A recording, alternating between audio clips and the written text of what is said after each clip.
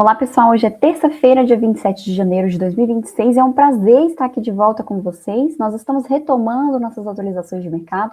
E hoje eu trago bastante informação, né? Já faz um tempinho aí que a gente não se atualiza. Então, fica ligado e vamos ao que interessa. Começando, claro, pela safra brasileira. Você que acompanha nossos relatórios já sabe que estamos colhendo soja e plantando milho safrinha nesse momento. E a colheita da soja já avançou aí para 6,6% da área, né? Com um avanço mais intenso em áreas irrigadas e produtividades acima das estimativas iniciais em estados aí como Mato Grosso, Paraná, Mato Grosso do Sul, tá bom? Agora na região sul, né, o clima tá dando uma preocupada. No Rio Grande do Sul, o atraso na colheita do milho primeira safra tem afetado, né, a soja, enquanto a redução das chuvas aí gera uma certa apreensão. Enquanto isso, em Santa Catarina, a umidade tem favorecido aí o excesso de doenças, né, preocupando alguns produtores. Já na região centro-oeste e sudeste, as lavouras seguem majoritariamente em boas condições, né, com chuvas beneficiando aí áreas em diversos estágios produtivos, né, apesar de atrasos pontuais aí na colheita por causa da chuva.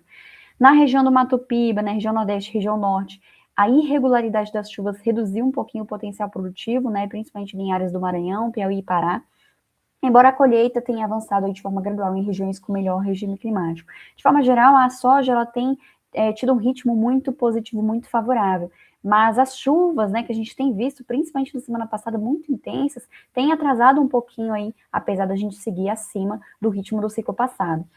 Enquanto isso está trazendo aí um certo atrasinho para a soja, em contrapartida, essa chuva, né, tem impulsionado o milho safrinha, tá? Isso permitiu um avanço para a gente, um avanço considerável no plantio do milho safrinha, que agora atinge aí os 5,9% da área, ante ao 0,8% da semana passada, né? O progresso está acima do ritmo do ciclo passado também, e dentro da média dos últimos 5 anos. Né, os trabalhos devem continuar em ritmo acelerado, considerando que as previsões elas estão mantendo aí o padrão chuvoso para a próxima semana também. Então, ali no Paraná, né, a soja do Paraná, ela apresenta estágios variados, com bom desenvolvimento, onde a umidade é adequada, claro, mas tem certas áreas ali com um estresse hídrico, tá?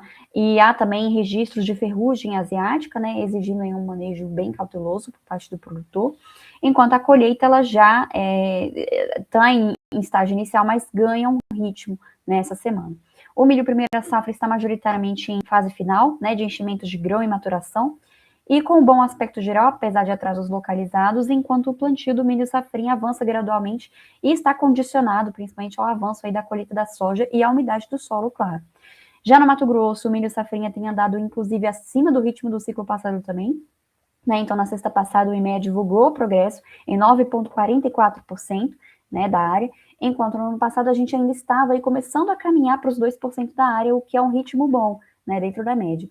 Agora a soja segue a todo vapor no estado, né? Estamos com um ritmo aí acima da média também. E uma coisa importante que o IMEA divulgou na segunda-feira, ontem, foi o fechamento do volume de esmagamento de soja no estado do ano passado. Segundo a agência, o Mato Grosso esmagou 1,1 milhões de toneladas de soja em dezembro de 2025, e isso é uma alta de mais de 9%, né, na comparação anual. Então, no acumulado de 2025, né, no acumulado do ano inteiro, o processamento atingiu aí 13,01 milhões de toneladas, o que é 2,6% acima de 2024. Né? O avanço ele foi impulsionado principalmente pela expansão da capacidade industrial e pela maior demanda, né, pelo óleo de soja, com a elevação do biodiesel para 15%. Enquanto isso, a margem bruta subiu também, né, 31,8% em 2025, e para 2026 o IMEA projeta esmagamento ainda maior, né, projeta aí 13,24 milhões de toneladas. E enquanto isso, a colheita de soja por lá avança bastante, né, igual eu comentei, já acima do progresso que a gente viu no ano passado, já estamos aí nos 14% da área colhida no estado, frente aos 4,4% de progresso que a gente via no ano passado, no ciclo passado. Agora entrando um pouquinho em exportações. Os compromissos de exportação de soja do Brasil atingiram um recorde sazonal entre 10,7 e 11 milhões de toneladas, e as vendas acumuladas, elas somam em 1,52 milhões de toneladas nesse mês de janeiro.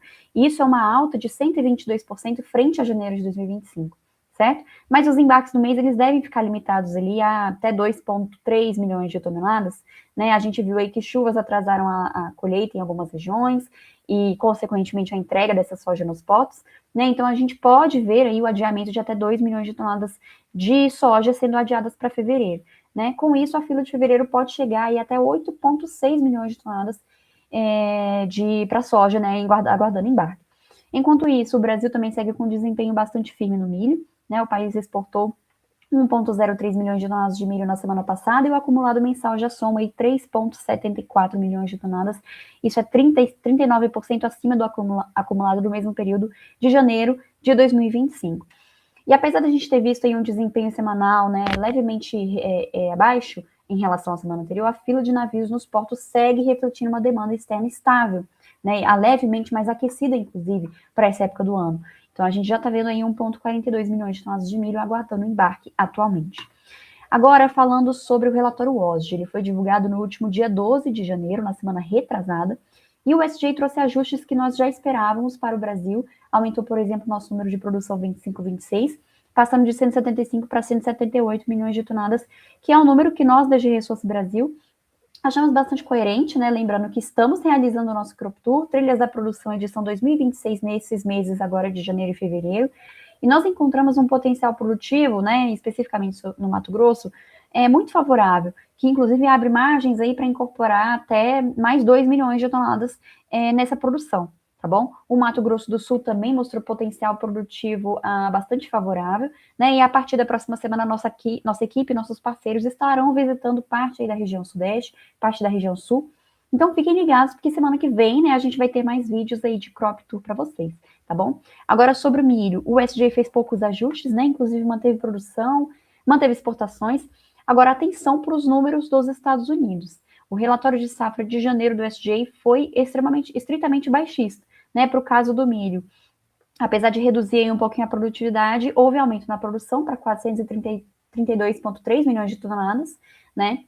E nós acreditamos que os estoques finais de milho eles serão acima de 66 milhões de toneladas. E considerando esse cenário, os futuros spots na CBOT têm um risco de queda de até 4 dólares por bushel, né? Ou seja, 157 dólares mais ou menos por tonelada. Então fiquem atentos a essa pressão, fiquem atentos a esses estoques dos Estados Unidos, tá bom? Em relação à soja, o NAS manteve a produtividade para a soja de 2025, mas aumentou a área colhida, né? Subindo aí para 34,9 milhões de toneladas. E a produção 25-26 ficou aí praticamente em 116 milhões de toneladas.